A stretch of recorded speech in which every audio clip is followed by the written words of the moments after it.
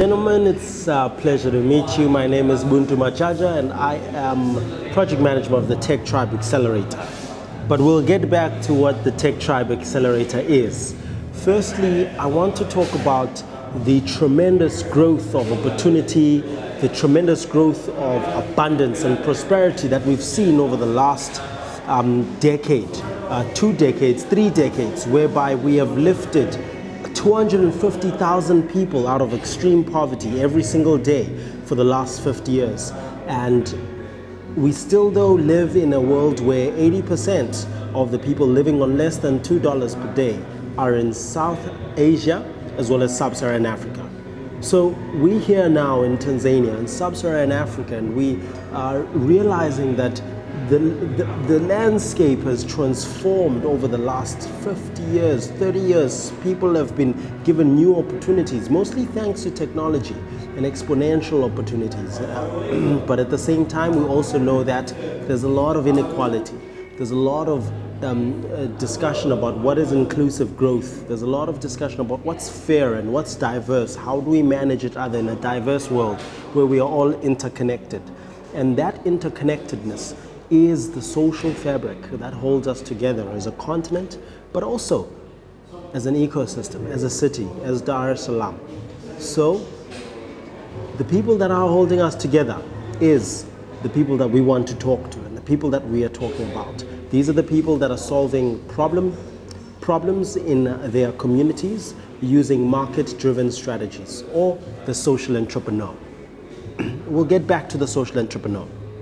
Firstly, let's look at the amount of funding that has become available. We've noticed that in the last 3-5 years, we've had exponential jumps in the opportunity to raise funding, because every single year there's new funds being announced. In 2018, we had about $730 million invested into about 450 deals by VCs, which was a record-breaking number, because the year before that, it was 50% less.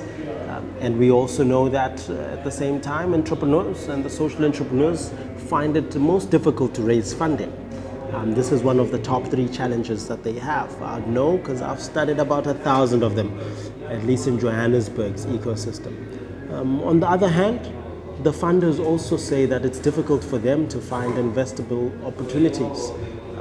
That is an issue whereby these two, the entrepreneur can't find investment, the investor can't find investment opportunities, are mismatched somewhere. But we know that if the deal is right, the capital will flow to it. And we've worked with many entrepreneurs, hundreds of them over the numbers of years. And we've walked along their journeys, and we've seen many stumbling blocks as well.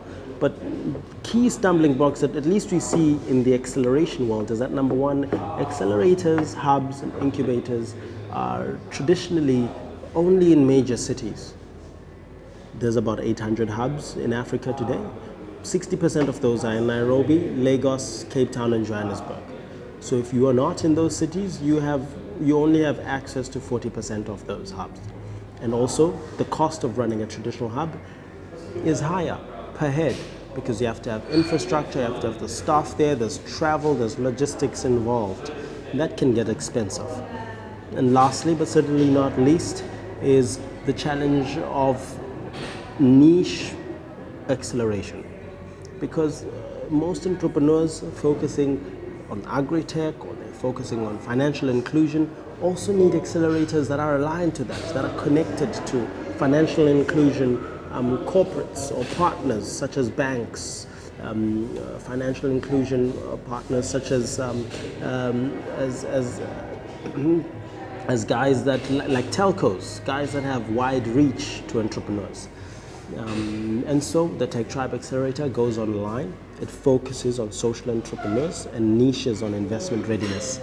And that's why it's an opportunity for social entrepreneurs. And essentially, it's made up of 3 layers. The first one being content, investment readiness content that you go through over 7 months online, almost like training, like e-learning, and it helps you to build out a validated pitch deck. And then secondly is mentorship. Thirdly is the network.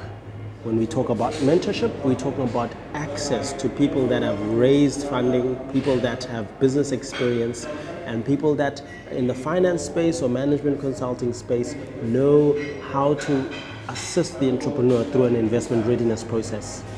And then the lastly is the network. This is where you get to access investors, other entrepreneurs in other countries, mentors in other countries on an online closed community where essentially you are able to access new markets and access new investment opportunities. Thank you to peer learning as well as collaborative scaling. I'll then close off by saying that we're essentially here to ask and share this opportunity with Dar es Salaam entrepreneurs that want to become investment ready. And we are looking to talk to four groups of people. The first one being the entrepreneur themselves. This is the entrepreneur that's put in a lot of traction, put in a lot of work. So they've got users, they've got partnerships, they've got invoices, some level of traction that shows that this business is serious and it's growing. And then these entrepreneurs are also focusing on a social issue, whether that is helping farmers sell more, or whether that is helping the unbanked bank, or even information, entertainment information, providing information to people that didn't have it before. So there's a social cause to it, and using technology to some level. The second group that we're looking for are the mentors, the people that have business experience and can walk through with the entrepreneurs through the investment readiness process. And then thirdly, we want to work and partner with hubs in the region, localize the context of the people that we work with, incubators, accelerators, business development providers, and service providers and consultants who want to work with you and figure out how can we complement what you're already doing with the Techtribe Accelerator. And I think it may make your work easier and more impactful. And then lastly, certainly not least, are the investors, because the entrepreneurs will go through the acceleration process, but at the end of it, they will be presented to investors that are interested to these investment-ready startups. So we also want to talk to investors and put them on that pipeline. And Techtribe Accelerator is officially launched. It's available to apply at techtribeaccelerator.com. I'll repeat, techtribeaccelerator.com, whereby you will find the application date is closing on the 15th of November.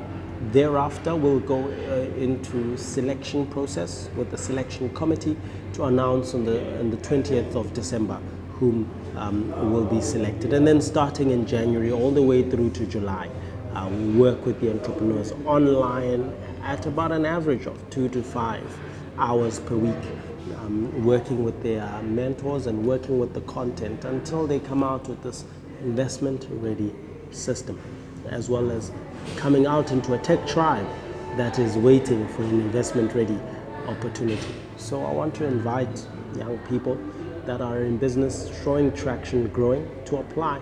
And if you are in ideation phase, that's fine as well. We do have a course that speaks to commercialization that will help propel you into the investment readiness acceleration program that is absolutely free next year, thanks to our partners, the Southern African Innovation Support Program, as well as Impact Amplifier, MHub in Malawi, Sanbayo across the region, and SA Innovation Summit in South Africa.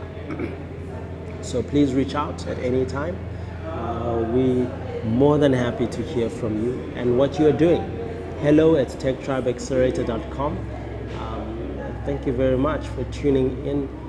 This event here today is one that we think will be a great step in the right direction to bridge the gaps between ecosystems in different cities by going online and allowing entrepreneurs to access new markets, access new investment opportunities, and collaborate across the region the way that Africa initially was, completely connected. Thank you.